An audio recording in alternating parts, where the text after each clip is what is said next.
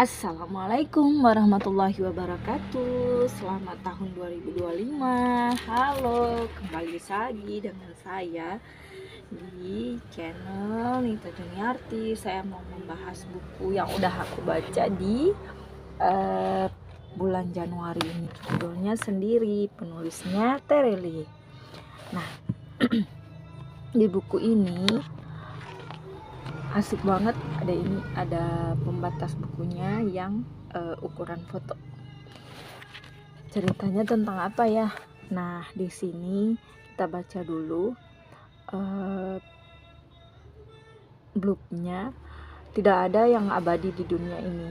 Lautan bisa mengering, gunung bisa rata, benua terpisah, bersatu dan terpisah lagi. Apalagi cinta pasangan manusia. Sehebat apapun cinta tersebut pasti akan berakhir. Waktu yang menelannya. Inilah kisah tentang seorang laki-laki usia 70 tahun yang meninggal setelah begitu lama menikah. Menghabiskan waktu bersama-sama saat itu tiba.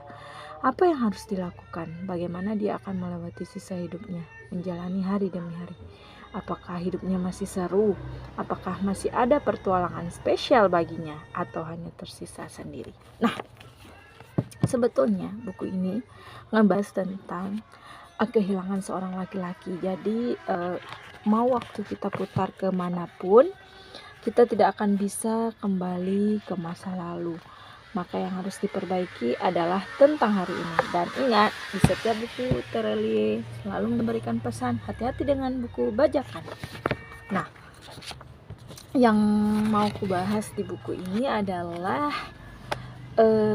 tentang bagaimana pertualangan Bambang untuk kembali ke masa lalu mencari istrinya Rosa. Dan ternyata Rosa ini adalah seorang putri dari dunia bawah yang pada akhirnya ditemukan kembali oleh Bambang berusia 12 tahun dengan petualangan seru di dunia bawah. Ini fiksi sekali ya ceritanya, tetapi sangat menghibur dan banyak pesan-pesan rahasia di setiap kalimatnya, seperti bagaimana bermain terowongan kehilangan, sehingga kita harus memilih untuk kehilangan membuka pintu atau tetap bertahan di terowongan tersebut dan tidak ada yang dikorbankan. Nah, dalam buku ini pada akhir cerita